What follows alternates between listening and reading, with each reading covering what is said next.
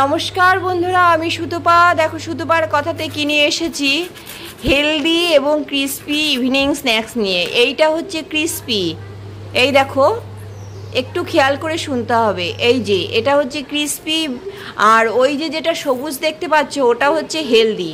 তাই বললাম হেলদি এবং ক্রিস্পি ইভিনিং স্ন্যাক্স।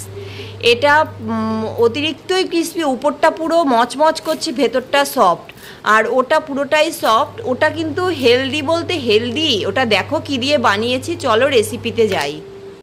এই দেখো এগুলো কি বলো, এগুলো হচ্ছে করলা গাছ, মানে উচ্ছে করলা যেগুলো, তার পাতা দেখো, পুরো ফ্রেশ পাতা। গাছে তো করলার জালি আসে, সেই জালি একটু বড় হয়, পোকা ধরে যায়। এবার যেহেতু ছাদ বাগানে আমি আর ঠিক ওষুধ দিতে চাইছি না, তাই তাই যে পাতাগুলো তো ফ্রেশ আছে, পাতাগুলোই খেয়ে নিই। কিছু না কিছু তো খাবো গাছ থেকে, ছাদ বাগানে করেছি, একদম ফেলে দেব? তাই পাতাগুলো তুলে এনে ভালো করে ধুয়ে একদম ছোট করে কেটে নিচ্ছি। আরও কি, যেমন করলা তেতো, করলার থেকে করলার পাতা কিন্তু আরও অনেক বেশি তেতো। এবার সেই কারণে সবাইকে খাওয়াতে হবে, এই টার্গেট করে আমি এই যে পাতাগুলোকে একদমই ছোট করে কেটে নিচ্ছি। ছোট করে কেটে এগুলোকে পকোড়া শেপ দেবো। তবে ভাজার পরে না খুব বেশি তেতো লাগে না, কিন্তু খেতে কিন্তু দুর্দান্ত লাগে। আমার কাছে তো খুবই ভালো লাগে। সেই করেই যে না একটু ভাজি, আর সাইডে দেখি না হলে একটু অন্যরকম কিছু ভেজে নেব। এই দেখো আমি আলু সিদ্ধ করে রেখেছি, গোটা আলুটাই সিদ্ধ করেছি। এবার আলুটাকে ছাড়িয়ে, খোসা ছাড়িয়ে আলু আর এই পাতাগুলো একসঙ্গে মাখিয়ে নেব। আর সাইডে যেটা আর একটা করবো বললাম, সেটা তিতো করব না, যে দুটো অল্টারনেট থাকবে, একটা তেতো একটা এমনি, এরকম থাকবে। আর এই কাঁচা লঙ্কাগুলোকে দেখো আমি কাঁচি দিয়ে ছোট করে কেটে নিচ্ছি। মানে অদ্ভুতই লাগে খেতে, খেতে দুর্দান্ত লাগে। কিচ্ছু দেবো না, এটা একদম সিম্পলভাবে করব। আর এই যে ধরো গরমের মধ্যে একটু তো তেতো খাওয়া ভালো, তাই না? এর মধ্যে দিয়ে দিলাম একটু লবণ, আর দিচ্ছি বেসন। বেসনটা হচ্ছে ঠিক মাখানোর জন্য যতটা দরকার ততটাই দেব। ওটাকে ভালো করে মাখিয়ে নেব। কেমন করে মাখাচ্ছি তোমরা দেখে নাও। পুরো সব শুদ্ধ ভালো করে একটু হাত দিয়ে বেশ ডলে ডলে মাখবো। তাহলে হবে কি, এই যে উচ্ছে পাতাগুলো না পুরো মিশে যাবে। ওই যে প্রথমত ছোট করে কাটবো, আর দ্বিতীয়ত মাখানো, এই দুটো একদম হাত দিয়ে ডলে ডলে মাখবো, একদম এটা মিশে যাবে। আর মেশার জন্যই নাকি জানি না, খেতে কিন্তু দুর্দান্ত লাগে। আমার কাছে তো খুবই ভালো লাগে। হ্যাঁ, এটা অতটা ক্রিস্পি হয় না, কিন্তু খেতে ভালো লাগে। ক্রিস্পি হয় না, এবার সাইডে যেটা করব ভাবছি সেটা ক্রিস্পিই করব, সেটা পরে দেখে নাও। এটা আগে করি, তারপরে দুটো একসাথেই পরিবেশন করব আমি। এই যে মাখানো হয়ে গেছে, এইবার কি করব, এগুলোকে এরকম শেপে আমি বানাবো। তার জন্য আগে কি করতে হবে, হাতে একটু তেল মাখিয়ে নেব। এটা দেখো এরকম করে নিচ্ছি, কেমন করে বানাবো তোমাদের দেখিয়ে নেই। তারপরে হাতটা ধুয়ে হাতে তেল মেখে নিয়ে বানাবো। তেল মাখলে না খুব সুন্দর বানানো যায় যে কোনো জিনিস, হাতে একটুও লাগে না। এইরকম হাতটা আমি ধুয়ে পরিষ্কার করে একটু সর্ষের তেল মাখিয়ে নিলাম। এইবার দেখো কত সুন্দর হাতের মধ্যে দিয়ে, যেই এরকম হাতে একটু দুই হাত দিয়ে তৈরি করার চেষ্টা করবো, দেখো খুব সহজে তৈরি হয়ে যায়। আর এগুলো লম্বা লম্বা, মানে ক্রিস্পি যেহেতু হবে না, কিন্তু খেতে এত ভালো লাগে। ওই খেতেও সুবিধা হবে, দেখতেও সব রকমই, ওই যে বললাম, সেই কারণে এরকম বানাচ্ছি। এই দেখো এগুলো সমস্তগুলো আগে একসঙ্গে বানিয়ে নেব, তারপরে গিয়ে ভাজবো। আর সেই ফাঁকে তোমরা প্লিজ চ্যানেলটাকে সাবস্ক্রাইব করে ভিডিওটাকে লাইক দিয়ে দিও। কেন সাবস্ক্রাইব করার কেন কথা বললাম, এই দেখো সবগুলো আমার বানানো হয়ে গেছে।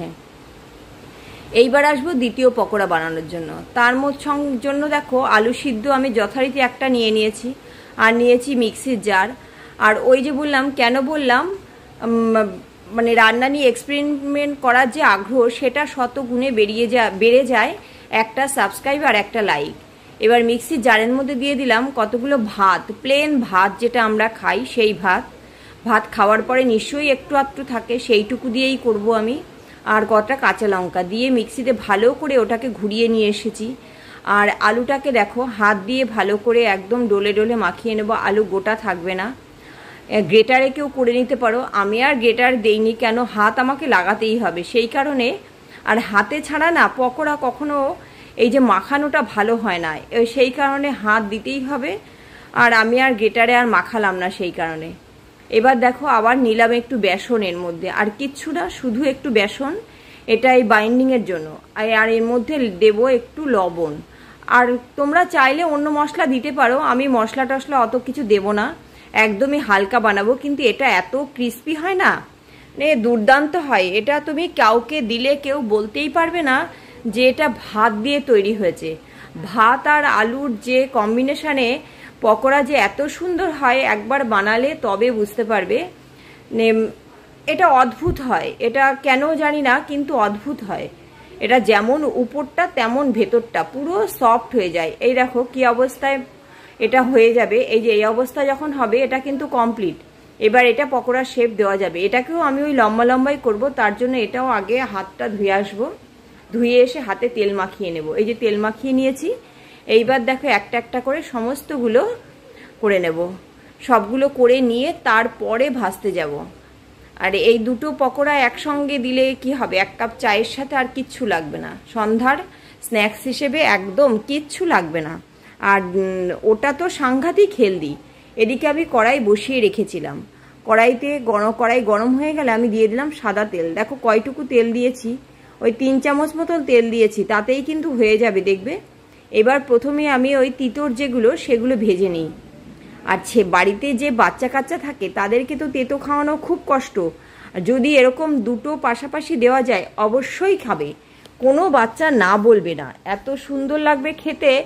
আর ওরাও যখনই ওই যে ওই ভাত আর আলু দিয়ে যেটা করেছি ওইটা নেবে, তখন আর না বলবে না, সবটা অটোমেটিক করে খেয়ে নেবে।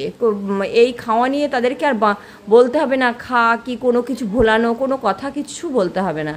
আর এটা বাড়ির সবাই, বাচ্চা থেকে বড় সবাই খাবে। এই দেখো আমার ওদের তেঁতরগুলো মোটামুটি শেষ হয়ে গেছে বলে প্লেনগুলোও দিয়ে দিয়েছিলাম একসঙ্গে। এবার শুধু প্লেনগুলো দিলাম, দিয়ে এবার সবগুলো আগে ভেজে তুলে নেব। তুলে নিয়ে লাস্টে আবার দেখো ক্রিস্পি করার জন্য একটা টিপস আমি দেবো লাস্টে, যেটা একসঙ্গে যখন পরিবেশন করব সবগুলো ক্রিস্পি থাকবে। আর অটোমেটিক ক্রিস্পি থাকলে তো খেতে ভালো লাগবে। আর হ্যাঁ, এইগুলো ভাজার সময় কিন্তু একটু খেয়াল করতে হবে, গ্যাসটা প্রথম দিকে একটু হাই ফ্লেমে রাখতে হবে। আর ওগুলো কিন্তু গ্যাসটা মিডিয়ামে রেখে ভাজতে হবে তেঁতোগুলো। আর এটা প্রথম দিকে হাই ফ্লেমে রেখে তারপরে মিডিয়ামে দেবে, কেন ভাত আর আলু যেহেতু বেশ সফট থাকে, কিন্তু সেই কারণে প্রথম দিকে হাই ফ্লেমে দিয়ে তারপরে মিডিয়ামে দেবে। আর এই দেখো সবগুলো ভাজা আমার হয়ে গেছে, সবগুলো একসঙ্গে ওই গরম তেলের মধ্যে দিয়ে দিলাম। তেল খুব বেশি নেই কড়াইতে, অল্প একটু আছে, তার মধ্যে দিয়েই এবার নেড়ে চেড়ে একটু এবার কিন্তু গ্যাস কমিয়ে রাখবো, পুরো গ্যাস কমিয়ে দিয়ে সবগুলোকে নাড়বো। নাড়তে নাড়তে ওদিকে আমি চা বসিয়ে দিয়েছি। এবার চা আর পকোড়া আমার সন্ধ্যা স্ন্যাক্স আজকে। তার সঙ্গে বৃষ্টি, বলো কেমন হয়েছে। বৃষ্টি তো শুরু হয়ে গেছে, একদম ঝমঝম করে আমাদের এখানে বৃষ্টি হচ্ছে। এই যে আমার দেখো এটা রেডি হয়ে গেছে, ওই দেখো কেমন পুরো একদম খুবই টেস্টি আর হেলদি। এর মধ্যে সেরকম কোনো মশলা নেই, মুখরোচক, সব কিছু সবাই পছন্দ করবে, বাড়িতে বাচ্চা থেকে বড় সবাই পছন্দ করবে। আর উপরটা কেমন শক্ত হয় আর ভেতরটা এতটাই সফট। আর এগুলো ঠিক এরকম হবে দেখতে, এগুলোর কোনো খেতেও ভালো, এর দেখতেও এরকম। আর দুটোই খেতে আমি সামান্য একটু টমেটো কেচাপ নিয়ে তার সঙ্গে পরিবেশন করে দিলাম। অবশ্যই কমেন্টস করে জানাবে কেমন হয়েছে রেসিপি দুটো।